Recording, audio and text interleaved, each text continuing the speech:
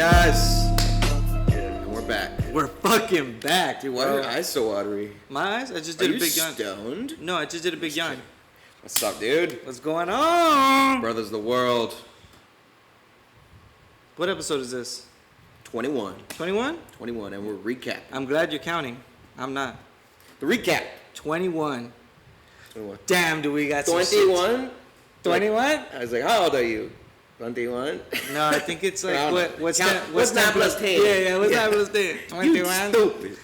There it is. But dude, do we have some shit to recap? We had 3 championship fights. There's a lot of stuff to recap. You're right. The prelims were pretty great. And what were we saying before we turned on the camera? We're like, it's a lot of recap, but it's also a lot to do with like outside of the fight. Yeah. All of these fights ended relatively super quick, so there wasn't really much of the fights. None of them went the distance. No, at the main card. That's what we're recapping. Producer Dan back there, that's right, we fired producer Mike, pointed out since UFC 189, there wasn't a main card that went to completely. That's a no legit decisions. stat? Yeah. Wow. Unless producer Dan is back there lying to us. No, I don't think so. He's a pretty truthful man. Swore on God's life. Baptismal. Before he was baptized, he said that. He's like, I'll never tell a lie. You know who was baptized, bro? Jorge Masvidal. You see that segue? You see that fucking transition right there, boy? But I kind of softballed that up to you, did I not? Oh, and I hit it out of the park, didn't I? Yeah, you kind of grounded out to second. Well, but I got past. You're right. You hit a blooper. I'm on first. It's a single. I'm on first. But enough with the baseball talk. Let's get into some MMA. Mixed martial arts. Fucking Kamaru Usman knocking out Jorge Masvidal, and was that the second round? Right. The second round, and he's on his way. See you at the top. See you at the top. He's on his way, guys. I mean, you can say what you want, but he is on his way to being the GOAT. The thing about it is GSP, he beat everybody in his division. He beat all of his generation. But what GSP also did is he beat some of the next generation. And Usman, this is what he's doing. He's beating everybody.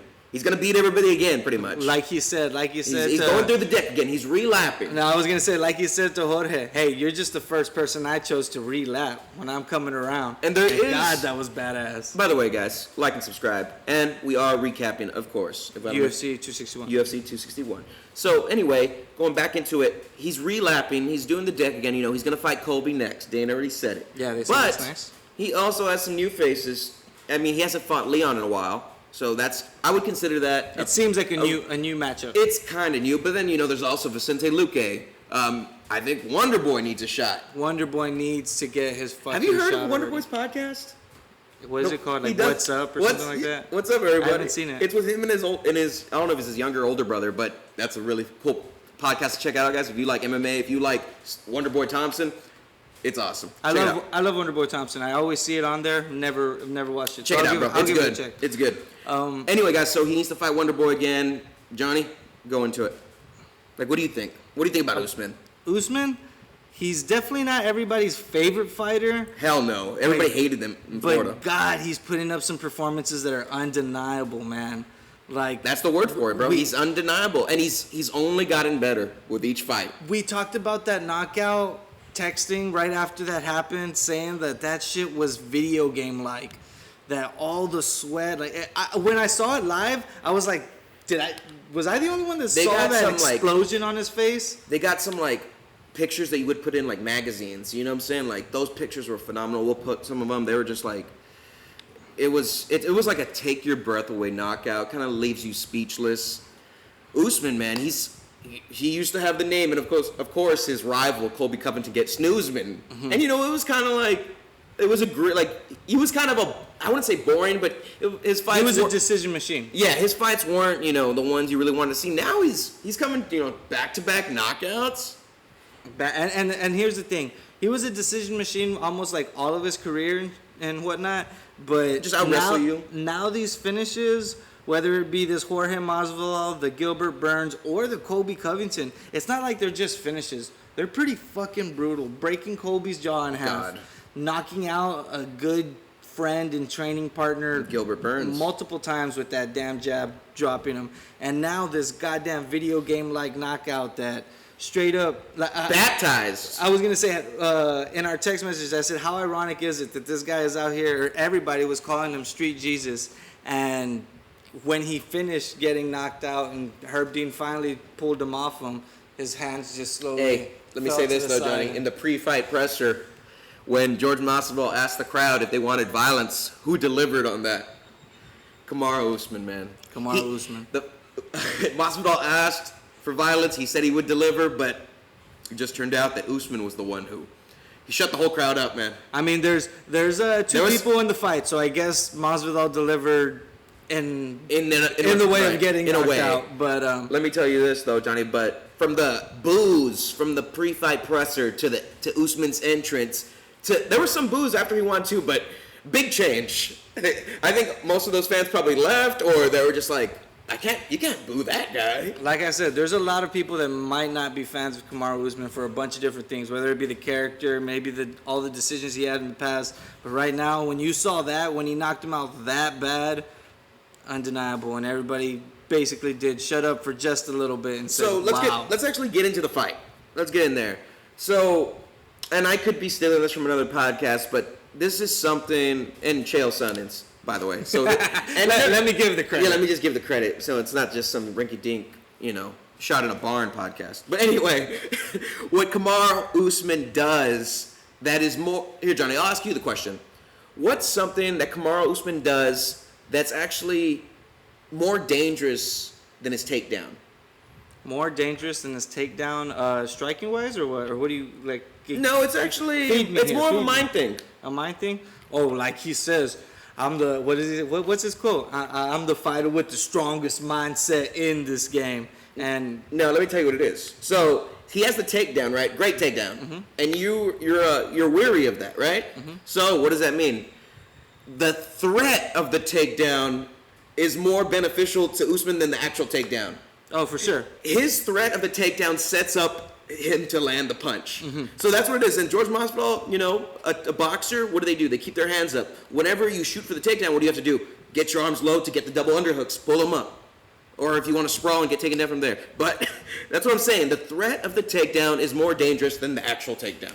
And because of that, we saw shades of Darren Till versus Masvidal with putting his hands down and really not even going underhooks, but like, oh shit, no, it's not a takedown, it's a jab. Shit, let me just swat down at it. Mm-hmm. And that's basically what led him to his demise, because he put his hands down there before he got finished. His hand got grabbed, and then that right. Boom. I don't really know. It looks like a right straight, but the way he throws it, he kind of throws it right over your punch. You know what I mean? Like an overhand type? Yeah. Like a hybrid? He's putting a little bit on that overhand. There was something extra on it. And it's kind of the same punch that he did with Gilbert Burns. Gilbert Burns threw his punch, and he came right over that punch with it. And it's like, that punch, guys, is just a punch you just can't afford to take. That punch would knock out, who? Like any giant. Well, DC... The Mountain from Game of Thrones. It would knock his ass out. Like that punch, I mean, there are some punches you can take on the chin, or George Masvidal was doing that. He was taking some punches, and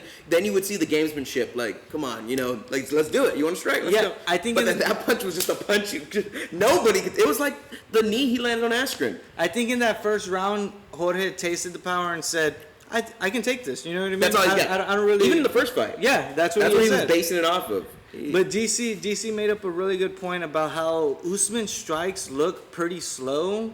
It's just that they're so damn accurate. He throws them so long. Well, and it's he's also the threat of the takedown, He's bro. catching you right at the end of that punch. You know what? Everything's getting in there. It's reminiscent, Johnny, of Khabib and Conor when Khabib landed the overhand and put Conor down. Mm-hmm. And that's the thing, Johnny. When these wrestlers, maybe Trevor Whitman, shouts to that guy. Dude, that guy's a freaking scientist. Everybody talking about Khabib might be coach of the year. Yo, Khabib's going to have to take a sip because this was striking. 2 champions, and if Justin Gaethje gets a belt at the end of this year, this is going to be fucking crazy. But something that I think, and this is my theory, is that something that Trevor Whitman was like, you're going to knock him out this fight, tell everybody you're going to finish him because this is how you're going to do it. And what I think he meant by that is you're going to drop down like it's going to be a takedown, and when you come up, you're going to land that straight. Because what happens when you drop down? The fighter's arms are going to drop down to prevent the takedown, and then chin exposed, boom, knockout. So I think Trevor Whitman was 100% confident in Kamaru Usman knocking him out, and then that was the setup. That's how you're going to set up that shot. That's how you're going to execute it. And Video game-like execution. Well, this is going to be a conversation that we have throughout most of the podcast, but let me start it off right here. We're the whole simulation karma talk right here. Jesus Christ. Trevor Whitman knew exactly what he was doing. He saw that Jorge Masvidal's only knockout came to the exact same combo that Usman threw with pawing out a fake jab, grabbing the hands, and then throwing that right straight. Kind of pulling you into it? Yeah, man. That, like, for sure, it was also, like you're saying, the threat of the takedown. But Trevor Whitman had to have seen that was a huge hold that they were going to take over. And like I said, his only other knockout, or TKO, came from the exact same fucking combination that Usman landed there to finish the fight. John, I know I bitched about this a lot right after the show, or right after the event. I was saying, man, I like George Masvidal. I thought he looked good in that first round. He did. He got taken down. He got up. He landed his shots. He threw a bunch of great leg kicks. He was landing his shots to his body. They were looking good, man. But, Johnny, this is the thing. And you know what I'm going to say. I thought it was too much games. I mean, it wasn't overblown like how Anderson used to do it. Mm-hmm. You know, Anderson would literally stick his chin out there and, mock the other fighter. But I just didn't like obviously I didn't like it because how it ended. But I just felt like he was just doing, like, too much, like, smiling and, like, oh, that's all you got. Literally putting his hands down and being like, I wanted to see, I just hate seeing that because that leaves you're eligible for a knock. You're eligible to be knocked out. I mean, in any fight, if you go into the cage, you're eligible to be knocked out. But if you're putting your hands down, the percentage of that increased dramatically. Yes, sir. So did you think it was too much though? Too much gamesmanship? Too much? That's the way Masvidal fights. Reminded me of Costa against Adesanya. Dude, you could. Have a poker face, and if you land, smile. But that's also an indicator that you're getting hit hard. That's just a lot of Masvidal's the way that he fights, and game. I feel like it's also been exaggerated now with the character that he's portraying. I think he just did suck seeing him land that last leg kick, turn around and laugh, and then get caught with that combo to finish the fight. I mean, it was right there. And he said it. He's like, I am the better striker, but Usman proved he was the better striker that night, or maybe that's the thing I was telling you about. The punch power. Like, he landed that, he knocked him out, but I'm saying that punch could have knocked out a horse. And this doesn't mean that I still think George is the better striker. He just landed a punch that you can't afford to take. Let's say George lands that punch. You know what I'm saying? If he lands that punch on Usman's going out. You know what I'm saying? Like, that punch, you can't take that punch. Just how Askren couldn't take that knee. That's all I'm saying. Like, I think George is a better striker. He got caught. And that happens. Come on, we've heard. You get caught, bro. Yeah. I also think it has to do. I got to give this credit to Usman and Whitman because, like, taking nothing away from Usman. Whitman was saying that. I think it was on the embedded of the Gilbert Burns fight. Was saying that what he really wanted to work with Usman is like, hey, you have a great jab, but what we need to do is not have you jab right in front of him. Let's move to the outside. Let's move to the other side and jab off of a different angle. And when you saw him land that strike on Masvidal's neck went limp and just his body got completely rotated because he was just right off of that angle to get him right on the line. It was.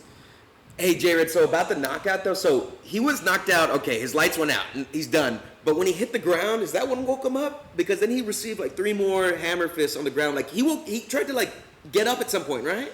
Like, it looked like he was like, oh, shit, I need to get up. And then he went, like, he got knocked out again. I felt like that was probably, like, just not, like... I mean, obviously it was done. I don't think he...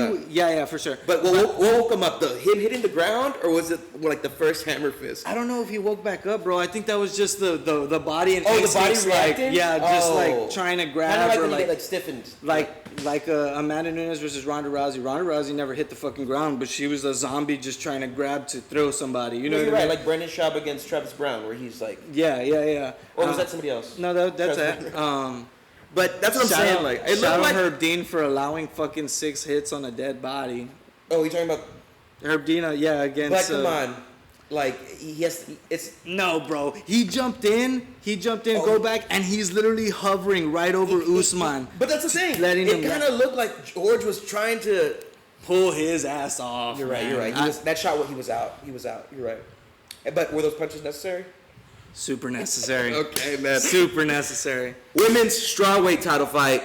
Man, I missed it, dude. Did you miss it for real? This is what was happening. I was on my phone. It's okay, because I have a missed it story later on in this podcast. This is how I fucking missed it, guys. I was on my phone, and I was literally thinking, dude, this was my thoughts exactly. I'm like, this fight's going to go on a while. Like, I'm not going to miss the first round. So I literally, in that moment, I took my eyes off to do something, and then I hear, shit's over! And I'm like, no fucking way. The second I do that, bro, I'm telling you, we were having a party there at the house, and I literally walked around the house and told everybody, hey, this is the war of the night right here. This is going to be a long, drawn out. This is going to be, everybody, I know we've been getting a lot of early finishes, but this is the fight to pay attention to. This is going to be a long, badass battle. And then you come back to the TV. No, Rose Namajunas, she straight up, it looked like she put Zhang Weili in a trance somewhat, because Zhang lulled her into it. Yeah. And a slow lead kick, right? Like, I mean, not that it was slow, like bad technique. It was just like a kick that looked like it was going to land somewhere. Was it a question mark kick? I was going to say, I don't think it was a question mark kick. It was like a because body it didn't kick, do the full. And then it just flipped up. Yeah. It was like, it looked like it was just going to come to the body, and then, doom, like knocked her in the chin, and then Weili took the spill. Back to baseball terms, it kind of looked like just a slow riser. You know what I mean? Exactly. It just... Right, so, like it hit a point like in the midway, and then as soon as like boom, like right here when it passed the hip, it said bow. Boom, right? Then that was the whip. That's that Taekwondo background from Rose. Now, right, since we just got off this topic, did it look like Weili was like, okay, was she out and then tried to come back? Like she wasn't right? Okay, she was out. And yeah, I feel like she did wake up, but even when she woke up, she didn't do much to defend. She was still had her hands right here, or like on the floor trying to get up, while Rose was you're just right. She was into what is it? Just a fighter with you're not intelligently defending yourself. That's the term. So that was definitely a great stoppage. Look at total strikes landed, Johnny. 7 for Zhang. For Weili, and then 5 for Rose, and one of them was the round 1. And so wait, that's in, right? Minutes in, right? To the fight? Yeah, so damn, she knocked her out at the very beginning. But one thing that I did notice and that I said while watching the fight is I was like, yo, we're in the big ring now. Look at how huge the ring looks. And then I thought... To these smaller women, right? Just in general. But that brings it also into it that I was thinking, it also makes it look even more big that these women aren't throwing. You know what I mean? They were just... standing, feeling each other out, and I felt like that's where Zhang messed up. She played the distance, and remember what I said? Like, I mean, you picked Rose, congrats, but I picked Weili, and I thought Weili was just gonna go on the attack. I mean, yeah, there should be a feeling out process in most fights, unless you come out like Orly Alves. Shout out, remember that fight? Because I bet on it and lost. But anyway, some people just come out like with reckless abandon, like I'm gonna finish you, and that's how some people get the quick finish. She gave Rose way too much respect, and Rose kind of just hypnotized her with all the feints, the this. And this was just a weird strawweight division, Johnny. Because how'd it go? Because Rose, she lost to Andrade. So eventually, she got the rematch and won. But who is it? Zhang also knocked out Andrade, but then who did, what's her name, Joanna beat? She also beat Andrade, right? Yeah, Joanna's beaten Andrade before. Yeah, so that's the thing, like, and then also, it's weird because Rose also, and I should have used this to pick the fight. Rose finished Joanna pretty easily, right? In the first fight, yeah. She knocked her out. Yeah, she finished her. And then, of course, Weili had the fight of the year, maybe one of the best fights of all time. And people did think Joanna won that fight. Exactly. So that's the thing. Like I should have probably gave Rose more credit going into this fight. I guess I was kind of basing it off of the Andrade, the first fight, because Rose, and even the third fight, their second fight, it was a tough fight for Rose and Andrade. Yeah, the second Andrade and Rose fight was tough. And Weili, what did she do to Andrade? Just like quick, 54 seconds. Exactly. So that's what I was going more off that fight when I should have been going off another. But I mean, that's the fight game. MMA math. It's weird, guys. It doesn't add up. Now let's talk about Rose right now. I think she went into this fight with the highest knockdown stat of all women, and with this knockout, she ties Amanda Nunes with the most knockouts. She should fight Amanda next, dude. Let's add it even more. I'm gonna go back to. I was kidding. I'm gonna go back to the simulation talk. Are you being serious? No. Okay. I'm gonna go back to the simulation talk with Rose Namajunas. The Matrix, guys. The last time she won her belt was at UFC, or the first time she won her belt was at UFC 217 when there was 3 titles on the line, just like this past Saturday. She becomes the first woman to win the belt twice, and then now she's beaten every champion at that division except Carla Esparza, who she lost the belt to at the very She's Neo. Dude, I'm telling you, the simulation was broken tonight, but let's keep going. Well, who's Morpheus and then who's Agent Anderson? I've never seen Matrix. So in the next fight, we'll go back to Andrade. Should we? Well, I'm definitely going to use this to talk about Valentina Shevchenko. Valentina Shevchenko says... that's the person to talk about, Valentina baby. Shevchenko says, hey, Andrade, you like to use your weight? You're a bully? You like to throw people down and beat them up on the ground? Bitch, I'm gonna slam your ass. And she slammed her multiple times. Beat her up on the ground. When the fuck do we ever see fighters go for crucifixes again? Crucifix is like a move of the old school, man. And she fucking used your weight to fucking Off crucifix topic, her. but whenever I think of crucifixes, you know what I always think of? Roy Nelson. Against Big who? country. Kimbo Slice. Oh, Kimbo when they Slice. fought in the Ultimate Fighter. Yeah, that was... That's the one I always think about because I'm just like, you want him to escape the whole time. You're like, get out of there, Kimbo. You gotta get that big belly off you, baby. But, hey, you said you would do it, the Valentina dance, if she won. Did I say I would do it? You said. I'm just kidding. Oh, okay. But do you want it? We'll move all this stuff and I'll do it later. Okay, dude, but what? Dude, Valentina must have taken it personal when somebody said Andrade is better wrestling and she's going to exploit you. She's like, oh, really? So I'm going to use... This is like just I said, everything that you're good at. This is just a show of true dominance. Dude, and Usman did it too. And by the way, they were very similar on odds. Like, I think, but they were both like plus or minus 420 favorites. That was something that I did want to talk about. Andrade had the closest odds to beating her in her last, I think, 6 fights, like and that was 17. minus 400. That's how fucking good Valentina Shevchenko is. But right like, now. Johnny, so the thing is, you know somebody's strength, wrestling. That's what she's good at. I'm more known as a kickboxer. So I'm so good, though.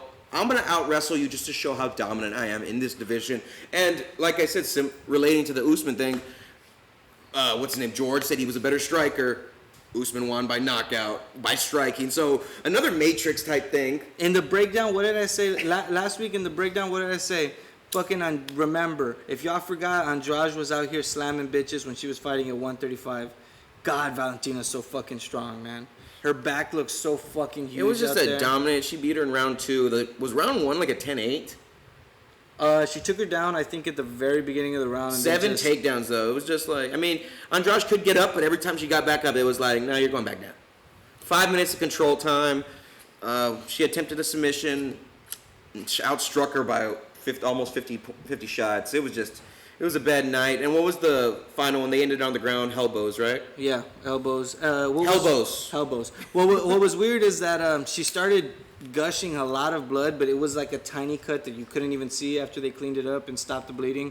It was just one of them, right? Like one thing I thought that I really enjoyed looking at Valentina that I guess I hadn't really looked at in her past fights is the way she resets when striking. It's like, I feel like resetting is more of a negative thing. You know what I mean? We saw it against Kelvin Gastelum and Robert Whitaker. Every time Kelvin would step back, reset, do his 2 little hop to get back in. Kind of makes you kind of predictable. Yeah, Rob was timing that second hop and landing that jab. Valentina resets in a weird way of backing up, moving to the side or either side. That's the thing. She resets, but she keeps you guessing at the same time. Yeah. Maybe that's what she's setting up. You know, she's like, oh, I'm just resetting just to think I'm doing this when I'm in reality setting something else. It's like she's playing mind or jujitsu. And this fight proved it. She was always a step ahead of Andrade. That's crazy, and that's because everybody was talking about Andrade being the biggest. Valentina. I think it's time for Nunes to come down to fight Shevchenko because every time they fight, Valentina's the one who's been going up, right? Is that right? It was her original weight class at 135 because there wasn't a 125 at the time. You're right. But now, yeah, that's what I'm saying. Like, she's the king of the flyweights. But Amanda Nunes ain't you're making right. She's too big. 125. So they would need to have they would need to fight at 130. Nah, just 135. You gotta go back. Yeah, but up, then Valentina, in my mind, is a true 125er though. I have no clue who Valentina's fighting next. She's gonna fight Jake Paul.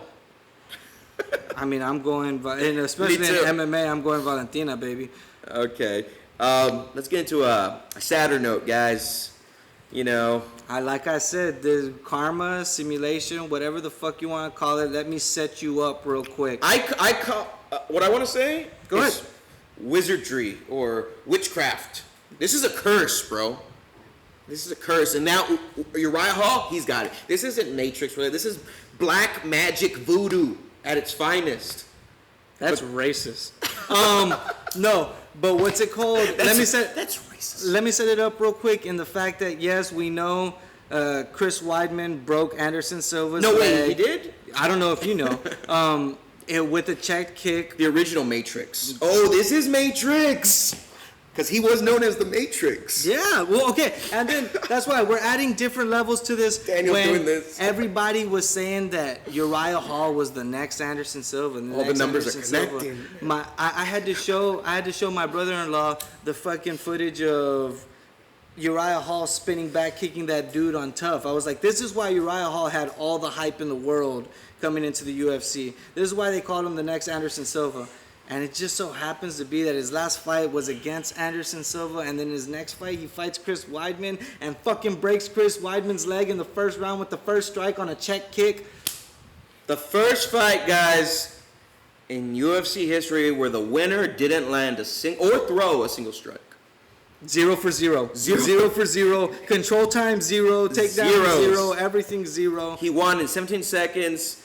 Weidman threw a loaded low kick. Everything. He threw everything into it. You see when loaded, it lands. Yeah, when I say loaded, this is you go to the county fair, you get a loaded baked potato with all the shit in it. This is loaded. Low kick. But the thing is, speaking my language. When he threw the low kick, you try to land it on either the upper or the lower thigh, or you try to land it on like the upper calf, or there's also the low calf. He landed it right there at the fucking knee complex. And then of course Uriah checked it, so he actually turned like it was a power check. He turned his kneecap, and your knee's hard as fuck, guys. I mean, yeah, the outside knee structure could be a little weak, with ACL tears and people tearing ligaments, but the fucking kneecap, if you check with that bad boy, he just threw the low kick where you don't want to land it, and fib fracture, man. Fracture or break? Because that leg. Well, no, a fracture is a break. Okay, I don't know. It's a compound. You got your degree for this, buddy. Yes, sir. Dude, he fucking turned into rubber, bro. Like it was literally reminiscent of the Anderson one. And then Johnny, what about he didn't react to it? That's exactly what I'm thinking about. He pulled it back and tried to actually and landed on it, bro. He was just like, boom, kick. I'm bringing it back, and as soon as he landed I have no base. And I think the UFC didn't even want to show that part of the replay. Oh, they because did. Every time that you would actually have to see it like in real time. Oof, my God, dude! When Chris Weidman was getting stretchered out, you saw that his leg was an L, bro. I missed it too. Oh yeah, okay. This is my missed it story. You missed this one. Check this out. Look, watch. This is my missed it story. So I'm there in the living room watching the fights, right? And I'm like, we missed it. Come on, guys. Nothing's gonna happen in the first 17 seconds. Exactly. I need to go to the restroom. These were my thoughts. Dude, I need to go to the restroom. I need to drop number 2. I'm in the restroom and I'm done. I'm washing my hands. And all I hear is the snap.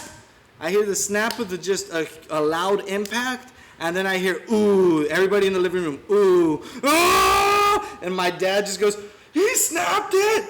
He broke his leg. And I'm just washing my hands like, no. Oh, I literally yelled like, no, don't tell me. I came out and I just saw Weidman on the floor. Like, yeah, I missed this, guys. And it was really sad. Mine was just the same as the Shevchenko one. I was like, let me just do a quick phone check. I mean, dude, 17 seconds in I think I saw like one strike. I saw like the first one and I'm like, oh, they're just feeling. That's the thing. And with the roast thing, no, they're just going to feel each other out for a little bit. That gives me ample phone time for just a quick second, whatever I want to check. Sometimes in your mind, you're like... You need to check your Bitcoin? Who was Weidman's last... Or, yeah, a quick stock check. Yeah. Or who was Hall's last win? Or, just something like that. Yeah. And so I'm looking at my phone, and then I hear Joe, it's broken. And I'm like, What's broken? And I didn't even. The first picture I saw was Weidman like this, so I hadn't seen him. I had to wait for the replay after, and obviously the injury was so gruesome. They took their time to show it, and John Anik was like, discretion is advised. We are gonna show it to you, but be fucking wary. This is fucking nasty. And it was, man. So Johnny, let's talk a little bit like in foresight. So we already know. When Silva had this injury, his return wasn't so great. He actually only won one fight in 9 years post him breaking his tib fib. Chris Weidman is 36 years old. Chris Weidman is 36 years old, and he probably won't have another fight. And then the recovery time, it is a 6 to 8 week post-surgery, but then, there's physical therapy. And then there's also the mental. I can't see him coming back within a year and a half. But you know what I'm saying? Like sports psychology. Yeah, do you think he's going to be out over there wanting to throw kicks, check kicks? You know what I mean? Yeah, your leg, he has a rod in it. First, the bones have to heal. Once that's done, they take it out, and then he begins his rehab. So, but hey, Johnny, let me say this, though. What was Anderson Silva's, what made him the fighter he was? What style of martial art? Muay Thai? Kickboxing, right? So obviously that tib fib had more of an impact on him being a better fighter or being the fighter he was when he was competing, right? In those 9 years, only one win. Weidman, what is he? He's the All-American, baby. But I think that's going to be more of a negative because now it's. You have to drive off your leg. No, it like nothing really having to do with the leg. I feel like now he's probably going to be thinking about it a lot more. He's going to say, well, shit, I got to take you down. But you're thinking about it more of like a mental aspect. But I'm thinking more about people are going to know that he's going to go in there and be wanting to wrestle now. You know what I mean? You're right. It kind of takes away avenues. Like, he threw this. He didn't need to throw that leg kick. He threw everything into it, man. And then Uriah Hall just checked it perfectly. And I don't know. Where does Uriah Hall go from here? Uriah Hall has to fight up, technically. Give him Paulo Costa, bro.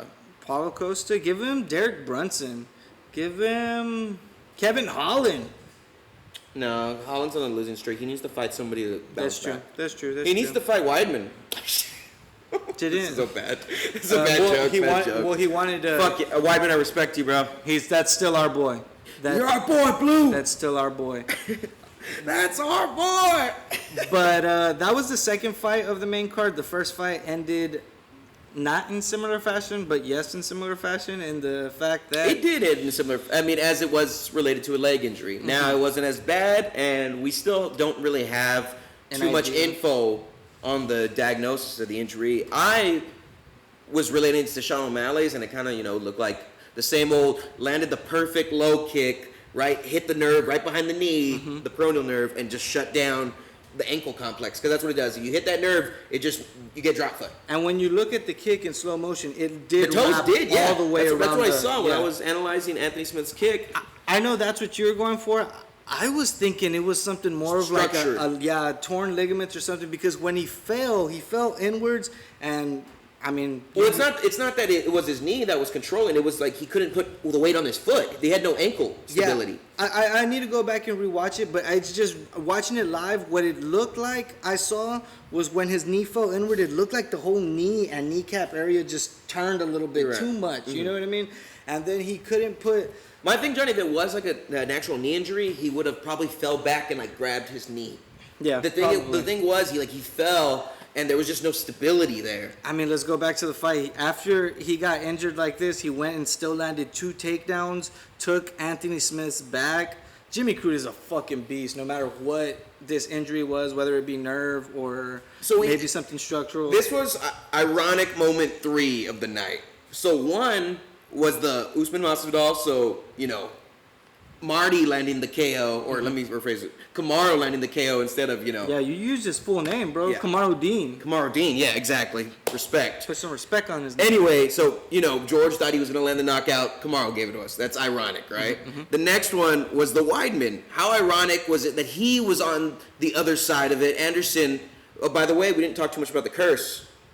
So the thing is, Anderson broke his leg. Now, Weidman, he broke his leg, so it's a curse. Now, Uriah, I hope it never happens, but you better not be throwing leg kicks anytime soon. Don't put that on me, Ricky Bobby. Don't you put that Anyway, guys, the third ironic moment was Anthony Smith, and this is Jimmy Crute was landing all the leg kicks. How ironic was it that the second or first leg kick that Smith lands is the decider? And Crute was landing really good. That's what I'm saying.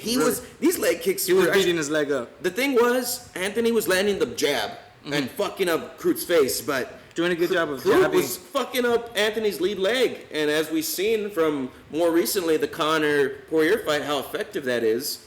Once you get the fucked up leg, now you just start worrying about it, and then you get fucked up in the face. This was a great matchup. Jimmy Crute and Anthony Smith, fucking beast on the ground. They're great strikers. You obviously saw that they were kicking the shit out of each other, and I thought Jimmy Crute was gonna win this fight, but man, sometimes shit happens, and that leg, whether it be the nerve or What happens? shit happens. Forrest Gump. Remember that?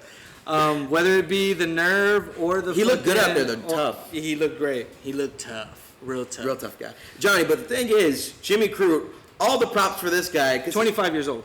No, yeah, that's a good one. Oh, he's a talent to watch, and that's only his second loss. But even with the fucked up ankle, even because he even had it after the round, but even when he got it, he was still able to take down Anthony Smith with a fucked up lower leg. How are you getting the power to drive off? And Anthony Smith is what, 6'3", probably 220 in fight night. Like, how are you able to take somebody down Twice with a fucked up leg and hold him there? Sean O'Malley.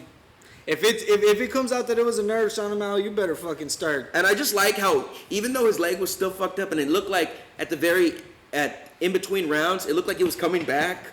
But one thing I did see is, we saw that he tried to walk forward. The doctor was observing him. He was like, walk to me. Now walk back. And then the walk back was what fucked him up. But if you saw when he walked forward, that's why I do kind of lean to the perennial nerve thing, because his toes kind of dragged. He wasn't able to pick his foot up completely all the way.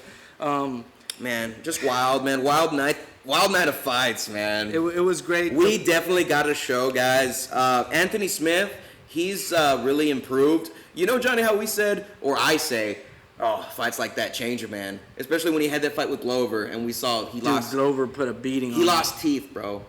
And I was always like, the corner needs to stop that. Remember, you even called, was that the night you called DC and Hawani show? Or maybe I don't remember. It was similar to that, though. Yeah. Like, stop the fight! I felt like Dan Hardy. Stop the fight! They would have fired you, bro. But anyway, what I'm saying is that fight, dude, it didn't change him, man. It changed him for the better. Ever since that Glover loss, dude, this guy's been on a 2 wins now, right? Right after, or did he lose that? I think he lost one more. Was it against Rakic? I'd have to check, but I'm not too sure. I think it was Rakic, but it was somebody. But anyway, I'm just saying, like, after that brutal loss, he's looked better. He's looked like a better fighter. It looks like I like to see him win, man. And a couple of shout outs for Randy the Brown. prelim and early prelims. Randy Brown, Brendan Allen once again put in a beating. Pat Sabatini destroyed Tristan Connolly, made Big him time. look like And nothing. then the thing is, Jeff Molina looked was there great. a judge that picked? Oh no, there wasn't. There was a judge in one of the fights. It was kind of like there was some bad judging in the. Well, I was prelims. about to say this. Jeff Molina looked great, and Rodrigo Vargas, straight up, way to go, Mexico. But I did not think he won that fight. I need to rewatch right. that one. So round 2, he started slow in the first round. The thing is, there was a 30-26 in there. Yeah, What that the was fuck? crazy. 29-28, There was two 29-28, and then Or right? Because No. there was one. yeah, one. there's supposed to be I don't know what the fuck 30-27. I'm thinking. But no, that's how crazy it was. Way to go, Kazulu Vargas, but I didn't think he won that fight. That's a cool name. 29-28, 29. You don't lose when your name's Kazula Vargas. That's probably why. I don't know why it's listed Rodrigo here on Google. Maybe that's his real name's name. fucking I don't know. Kazulu. But yeah, great night of fucking fights. China had a tough night, boys. China had a real tough night. They went 0-4, and I don't know what company's gonna mind, but if they do, Better dead than red. sir, fuck communism. There was a real big thing going on between all that communism. This is a big. This just felt like China versus United States in this card, but And it really shouldn't have. it really shouldn't be. shouldn't Yeah, have. I know. But one thing we can I'm definitely... fucking around, guys. One But thing, not about the communism. America. one thing we could definitely talk about is DC's going to slap that fucking YouTube guy, bro. Dude. What's his name? Paul Jacobson. Is that his name? Joke Paul? Logan Paul. Logan Paul's little brother, bro. There it is. Jacoby Shaddrix? Oh, no, that's the lead singer, Papa Roach. Yeah, Jacob Paul. That's a fucking name, fool. I knew his name was Jacoby. I did not know. His name's Jake Paul. We know his fucking name. The whole crowd at one point, as soon as he entered the stadium, was like, "Fuck Jake Paul." And Joe Rogan, dude. Why was Joe Rogan? I knew what they were shouting immediately, and then Joe Rogan's like, "What is the crowd shouting?" And then he comes on later. I just figured out that the crowd was shouting "F Jake Paul." I'm like, really, Rogan? You just figured that out? But maybe, it was hard to hear. But I'm like, as soon as I heard him shouting, I was like, I put my ear to the fucking thing. I'm like, you did I know what that is. You did the Hulk Hogan? I know. I'm like, is that what I think it is? And I'm like, he has to be at the event. And I also thought that. I'm like, he's going to be at the event because, that's who, he stirs people up. You know who else was at the event, He has a big pot of piss you off and he stirs it. You know who else was at the event, though? Tell me you know who else was at the event, bro. Oh, no, that's more Nate. Yeah. What am I going to do? What's his thing? Nick Diaz was at the event. Nick! And it seems like Big Brother Nick, Strikeforce champion. Both him and Dana White are saying that he's going to be fighting soon. Let me preface this with no homo, but on Nick, it's Nick, right? On Nick Diaz's Instagram page, he put up a picture, of him working out, shirtless. The dude's fucking ripped right now. Like, he looks like he's in straight up fighting shape. And when I saw that, I'm like, well, he's obviously putting that picture up to show people, obviously fight fans, that he's ready to fucking go, and he's locked in. He looked ripped. He looks fucking probably the best shape I've ever seen him in. Yeah. And then he was at the event, and you don't really see Nick at events, right? I mean, obviously not recently with COVID, but even before that, he wasn't showing up to events like that, and he's only probably showing up to let people know. He's what is it? The plot thickens. The plot thickens. Like what's gonna happen next, motherfuckers? So we talked about that, guys. We talked about DC almost bitch slapping Jake Pussy Paul. Yo, one thing all these fans are like... Woodley got cut. Oh, Woodley got cut, man. Oh, so, press F to pay respect in the comments. Yeah, hit that F. Also, drop an F for Anthony Pettis losing his debut at PFL. Dude, why did you have to bring it up? Shout out PFL, everybody. If you're watching this show, give PFL a watch because I want PFL to do better than Bellator and 1. PFL looks way better. Professional Fight League. I like the name, bro. I like that they have the stats. I like that they have different things. Are they trying to go off of NBA, NFL, like shit like that? Like I think so. The top organizations. Obviously, it's owned by the UFC, right? Or no? I think it's kind of like in a feeder league, or at least they have licensing deals because of Fight Pass or something like that. It's owned by ESPN, I think, or ESPN. There's partnerships. But yeah, shout out PFL. That was real badass. I didn't know though, Johnny, that Pettis. I mean, obviously he was the favorite going in, and I expected him to dominate. But the guy he was fighting also had a stint in the UFC. Yeah, and then also he had been doing really good in boxing as well, and then he came back to MMA. Really? Okay. Mm-hmm. So he was a known striker. Yeah, and all the champions lost. Lance Palmer lost against, I believe it was Jenkins. Hey. You could have your own PFL. We talk about UFC here. No, I'm just kidding. We talk about all MMA, but the thing is, this guy, he knows so much. I really enjoyed it. Come on, let's really break. Johnny, if you're gonna leave me in the dust like that, let me know. But let's just talk about Pettis right here. I know Lance Palmer. Who's next? Arnold Palmer? His dad? No, Nathan Schulte. Nathan Schulte got completely shut out. Somewhat. Schulte? Nathan Schulte? Yeah, he was the champion. Let me Google his Sherdog real quick. But yeah, hit that tapology. Exactly. So, but the Anthony Pettis though, he did land his fair share of knock you down with the head kick, and he just couldn't put it away, and he was getting. It was a good fight. It was just the classic fucking game plan to beat Anthony Pettis. The classic game plan. Pressure him with striking, get him up against the fence, and his offense is gonna shut down. Hey, but what about when he landed that shit against Wonder Boy? Pressured back against the fence. Didn't he lose that whole fight though? Superman punch, baby. And then just like that fight, at the end of the third round against he had his moment, right? Against Clay Collard, he landed a big head kick with 15 seconds left. That's the thing, bro. The thing is, it doesn't matter if you're beating him to a pulp. There's always that threat, and as soon as you like you said, 15 seconds. 15 seconds. Even if you forget about it, you're like, well. 15 seconds, he's not going to land a head kick now. He'll fucking land. Big head kick. Pettis always dangerous with the kicks. Almost finished the fight. As much as I love Pettis, I hadn't been going for him in his recent fights. I was really going for him here, and I was hoping he'd get that fucking finish. Yeah, bro, you want to see him do good. Just the same thing with, Verdum. I want him to dominate PFL, and then also not, boxer coming to MMA, Clarissa Shields. I want her to do good. Yeah, I do want her to do good. So, yeah, guys, there's a lot to look for. We already covered the meat of it. The last thing we're going to talk about, and I know you don't really want to, but Jake Paul. Conor McGregor and Oh, Usman. yeah. I literally thought we were They done had a with little this Twitter podcast. spat today, right? Today? You know what, man? No comment?